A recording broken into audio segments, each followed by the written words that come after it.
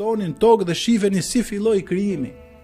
Pra zhvillohuni, krijoni teleskopët, lëvizni nëpër tokë dhe zbuloni si u kriju njeriu, si u krijuan kafshët, si u krijuan sendet, si u kriju toka, si ndodhi Big Bangu, si ndodhin supernovat e yjeve, deri ke fizika kuantike, ke atomi që është bazë e çdo sendi. Këto për gjitha thret Kurani famlar.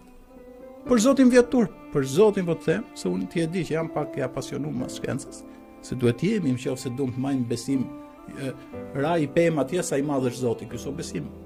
Kjo për të qesh.